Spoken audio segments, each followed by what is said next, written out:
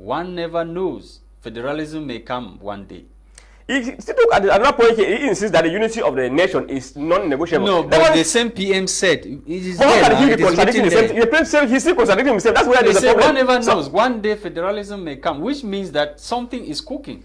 Whether federalism, but the issue is that we are not denying. We want, as I keep saying, an inclusive dialogue where the two parties will come together and look at the root cause of the problem to see what the solution can look like. Coming to the dialogue table does not mean that the government will come with a decision. They come with, when you are going to the negotiating table, you go with propositions. You don't go with decision. When they are saying something as such, it means the government already have something in mind that they want to decide. As at now, the PM said in the Sun newspaper that as at now, federalism is the option, is what we have now. So let's work with the special status rather. Let's work with the special status.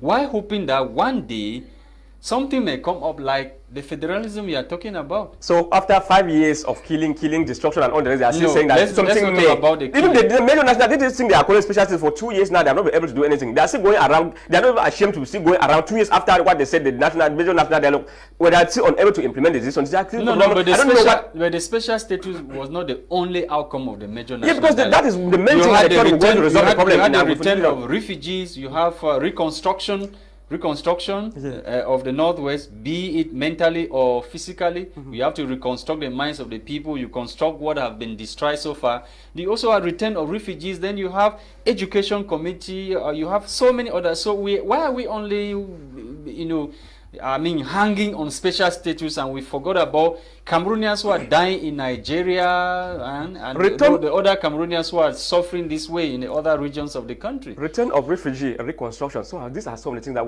it is not necessary at this moment in time. You cannot be asking refugees to leave Nigeria and come back to Cameroon where they know very well that their life is not safe.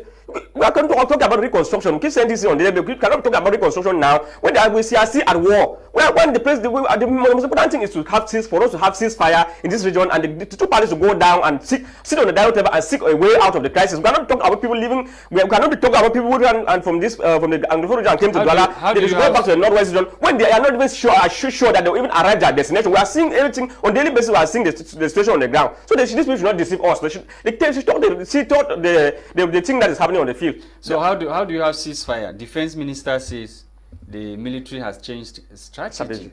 More weapons or more tanks are being sent to Bamenda as per reports. Yes. Which we cannot independently verify as at now. The separatists, they've said is independence or nothing. So they are not laying down their arms.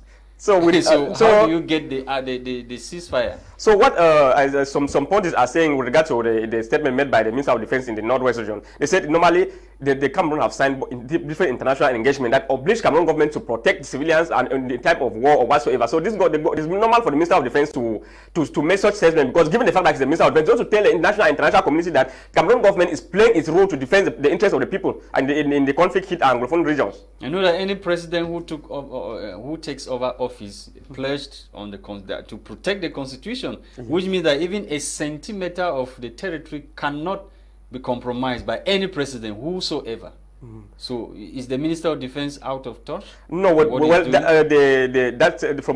I just said, the thing is, reasonable. What those pundits are saying is reasonable. At least the Minister of Defense is not. They are saying that despite no matter the situation on the ground, the Minister of Defense or Cameroon government is doing everything possible to protect the interests of the civilian. Okay.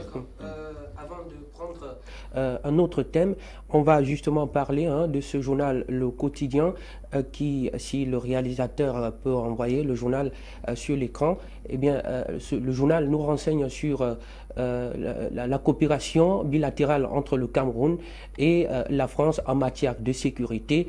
Le ministre délégué à la